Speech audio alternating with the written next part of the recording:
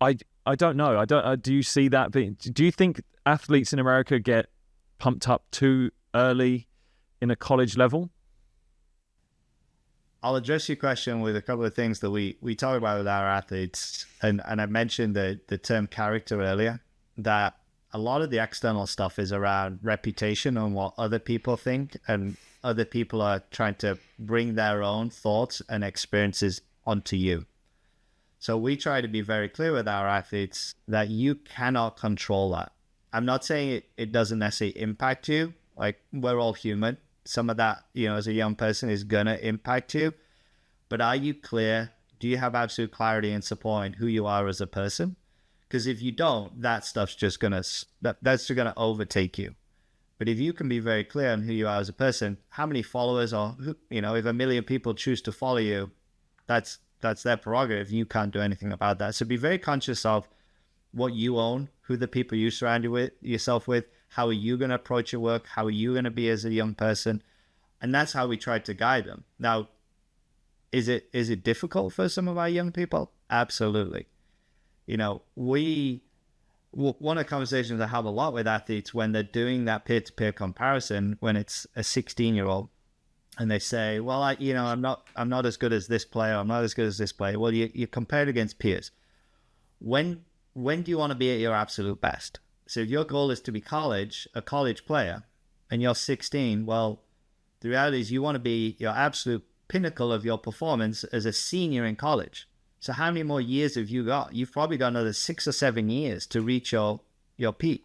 If your goal is to be a professional, well, depending on the sport, it could be, if it's golf, you could have another, 15 years, 25 years, depending upon. So you've got a long time to understand where your peak of performance might be. So comparing yourself to your peers is natural, but also understand that that's not the end goal. So if your goal is to be the best in college, realize that you're not going to be the best in college, or you shouldn't aspire to be the best in college as a freshman. You should aspire to be the best as a senior. And as a pro, it depends upon your sport a little bit. So getting them to try and take that long-term view sometimes allows them that breathing space to say, oof, okay, I can take a little bit of pressure off myself.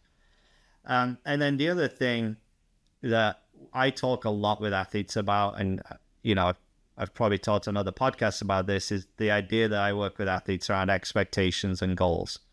When it's expectation, we have an expectation mindset. It's, I should, I have to, I need to, I must. And when I hear athletes say that, I'm like, okay, there's something going, there's often a lot of external pressure. I need to do this. I have to do this. I must do this.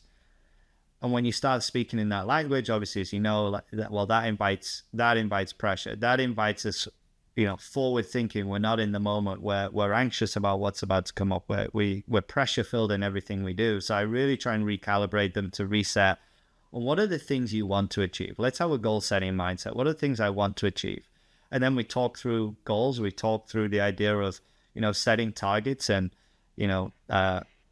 just timestamps along that projection of performance, and say, okay, I want to be here at this time. These are things I'm working towards. Well, sometimes we hit our targets, sometimes we don't.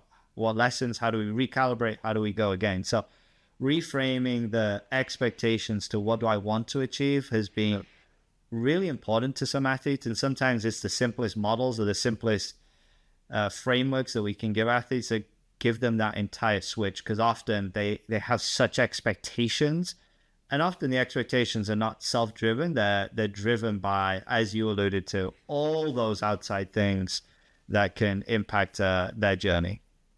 And I think it's not just the peer-to-peer pressure. It's again, use America as an example, the NBA, the NFL, if you want to go to MLB, NHL even, the vision, or the how visual it is to see so much of these high-level athletes, and the misreading of where that athlete currently is to where you currently are is massive. I see athletes here talking about, I need to be as good as, it could be someone like Jofra Archer in cricket here in the UK. It could be, I need to be like a Joe Root. I need to be like, I need to be an Erling Haaland, Man City. And I'm not as good as that. It's like, well, hold on. Where was he when he was your age?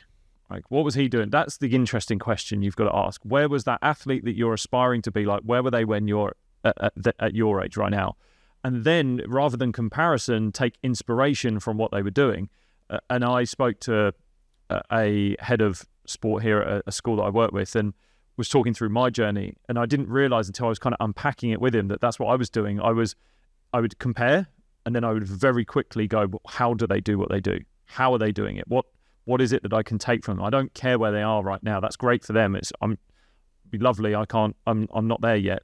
But what can I do? Well, how can I take it in? And then it turns from something that I'm worried about that I can't control, that causes anxiety, stress, and huge amounts of anxiety, to suddenly, this is in my control. I can actively go and do this. I can go and run away with this and start right now. But if you're only focused on LeBron James turning up in his Beats headphones and doing this, it's like, no, you've missed the years and hours of practice that he's had to do, probably where he was at when you were, and he's not turning up with like Beats headphones on then. He is scrapping around on the court. It's like, that's what the reality is probably like, rather than, yeah, if I'm laid back now, I'm pretty sure I'll get there because that's what he does.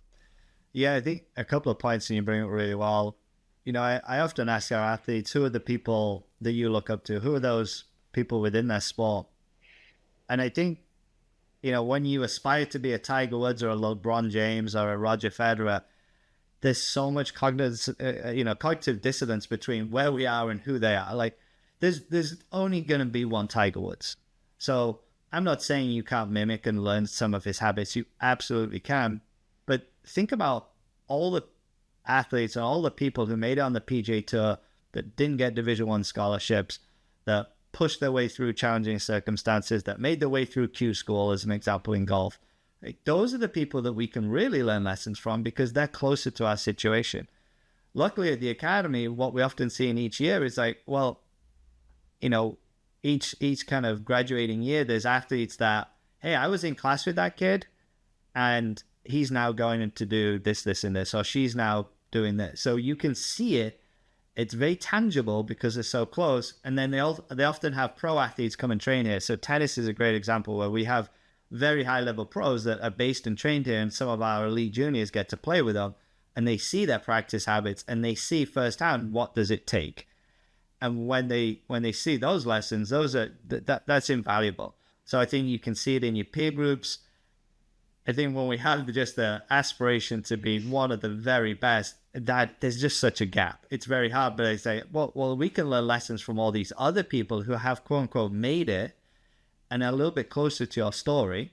And you can also see in your peer group. So, and hopefully we have coaches that have also been there, done it. So we try and guide them and give them some of the lessons, but it's not easy. You know, it is not easy being a young athlete today who's trying to make it in the world of professional sports.